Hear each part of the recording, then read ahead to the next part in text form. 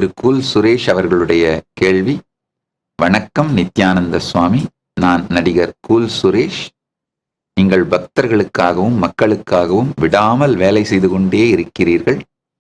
அதாவது கவர்மெண்ட் வேலை செய்பவர்களும் இல்லை தனியாரில் வேலை செய்பவர்களும் அவர்களுக்காவது வாரத்தில் ஒரு நாள் லீவு கொடுப்பார்கள். ஆனால் நீங்கள் விடாமல் வேலை செய்து கொண்டே இருக்கிறீர்கள். அது எப்படி உங்களிடம் மட்டும் இந்த எனர்ஜி இருக்கிறது என்று எனக்கு தெரியவில்லை. அதை பற்றி கொஞ்சம் சொல்ல முடியுங்களா?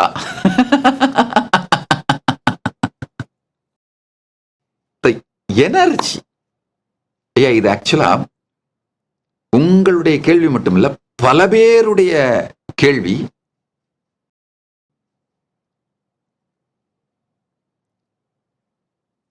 எது நம்முடைய எனர்ஜி சோர்ஸா, சக்தியின் ஆதாரமாக, உயிரின் உயிர்ப்பாக இருக்கிறதோ அதுதான் நம் வாழ்க்கையின் போக்கையும் முடிவையும் நம்முடைய வெற்றி தோல்விகளையும் நிர்ணயிக்கின்றது. வெற்றி தோல்விகளை வெளி உலகத்தால் நிர்ணயிக்கவே முடியாது. நம்முடைய வாழ்க்கையின் போக்கு, வெற்றி தோல்வி இவை அனைத்தையும் முடிவு செய்வது எது? நம்முடைய எனர்ஜி சோர்ஸ், நம் உயிரை உயிர்ப்பிக்கும், நம் உயிரின் உயிர்ப்பு எது? ஆழ்ந்து புரிந்து கொள்ளுங்கள். பணம் மட்டுமே தன்னுடைய உயிரின் உயிர்ப்புன்னு நினைக்கிறவர்கள் பணம் இருக்கும் பொழுதும் பணம் இல்லாத பொழுதும், பணம் இல்லாத பொழுது அதை நோக்கி ஓடுவதன் மூலமாகவும், பணம் வந்துவிட்ட பிறகு ஐயோ இது வெறும் காணல் நீர், இதனால் மட்டுமே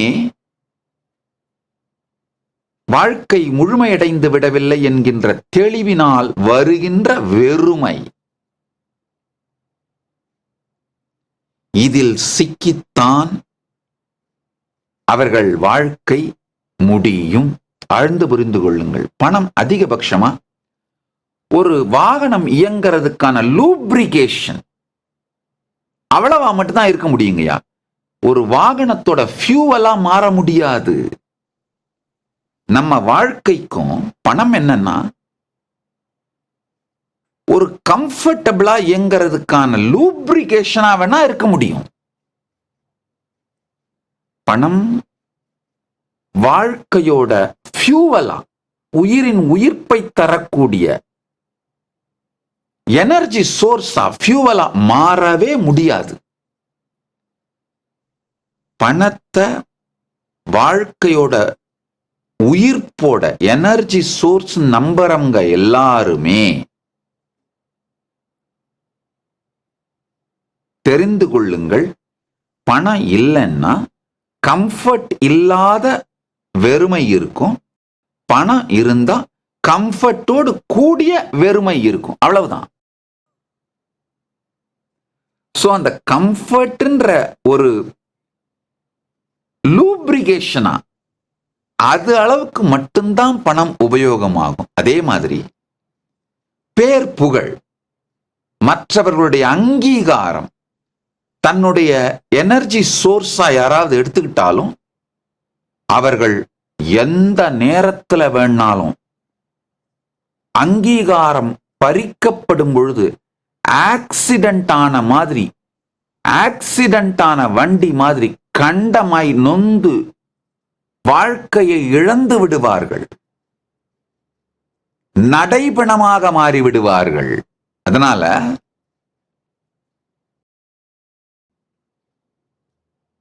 நேம் அண்ட் ஃபேம், அதாவது அங்கீகாரம், சமூக அங்கீகாரங்கள், மற்றவங்க நம்மளை பத்தி வச்சிருக்கிற கருத்தை சார்ந்து உங்களுடைய பர்சனாலிட்டிய, உங்களுடைய உயிரின் உயிர்ப்பை வடிவமைச்சுக்கிட்டீங்கன்னா நிச்சயமாக அது ஆக்சிடென்ட் ஆக போற வண்டி தான். எவ்வளவு வேகமா போனீங்கன்னாலும் சரி, ரொம்ப வேகமா போனா நீங்களே போய் எதுலையாவது இடிச்சு ஆக்சிடென்ட் பண்ணிடுவீங்க, விபத்து நடந்துரும். ரொம்ப மெதுவா போனீங்கன்னா கூட மத்தவங்க யாராவது வந்து இடிச்சு விபத்து நடந்துரும். ஏன்னா ஒரு சாலையில் செல்லும் பொழுது பாதுகாப்பு என்பது உங்களை சார்ந்து மட்டுமல்ல, எதிர் வருபவர்களையும் சார்ந்தது, சுற்றி இருக்கும் மற்றவர்களையும் சார்ந்தது. அதே போல உங்கள் வாழ்க்கையிலையும் நீங்க மற்றவங்க வச்சிருக்கிற ஒப்பீனியனை வச்சு அதை உங்கள் எனர்ஜி சோர்ஸா பில்ட் பண்ணீங்கன்னா ரோட்ல போற வண்டி மாதிரி தாங்க ஐயா. எப்ப வேணா ஆக்சிடென்ட் ஆகி நடைபணமாக மாறி விடுவீர்கள். யாரு வேணா அந்த காத்தை பிடிங்கி விட்டுறக்கூடிய பலூனா தான் இருக்கும். மற்றவங்க நம்மளை பத்தி வச்சிருக்கிற opinion, name and fame energy சோர்ஸா இருக்கக்கூடாது. இப்ப எதெல்லாம் எனர்ஜி சோர்ஸா இருக்கக்கூடாதுன்னு சொல்றேன், எது எனர்ஜி சோர்ஸா இருக்கணும் அதை சொல்லுகிறேன் கேளுங்கள்.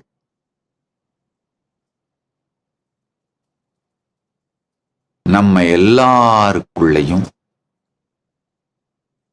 நம்மை உருவாக்கிய பரமசிவ பரம்பொருள்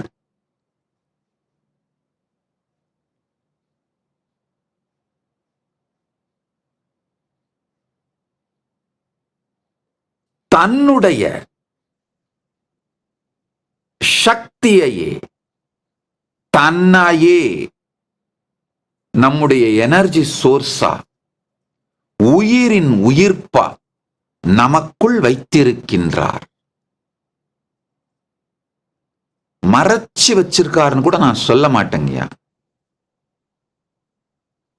நம் கவனத்தை அவர் மீது திருப்பாமல் இருப்பதனால், இப்போ நமக்கு பின்னாடி ஒருத்தர் வராரு, அவரு இருக்காரா இல்லையானே நாம் அவர் மேல கவனத்தை திருப்பின பிறகுதான் சொல்ல முடியும்.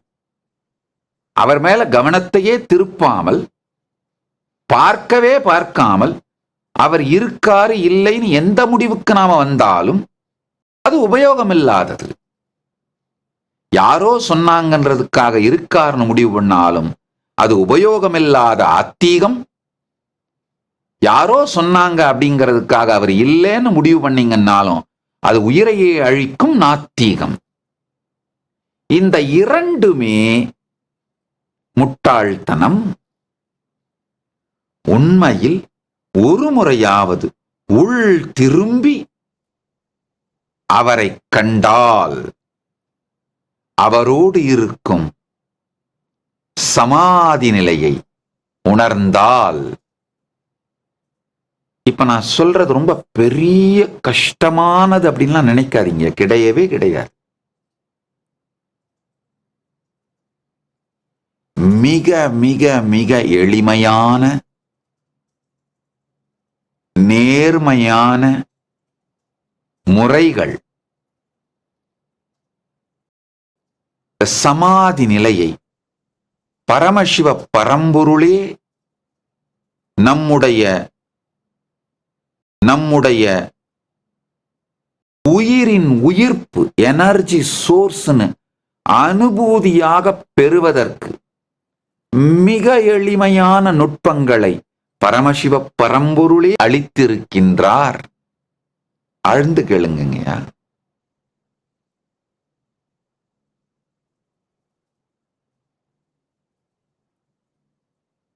இந்த சமாதி நிலை ஒன்னும் பெரிய கஷ்டமெல்லாம் இல்லாதது.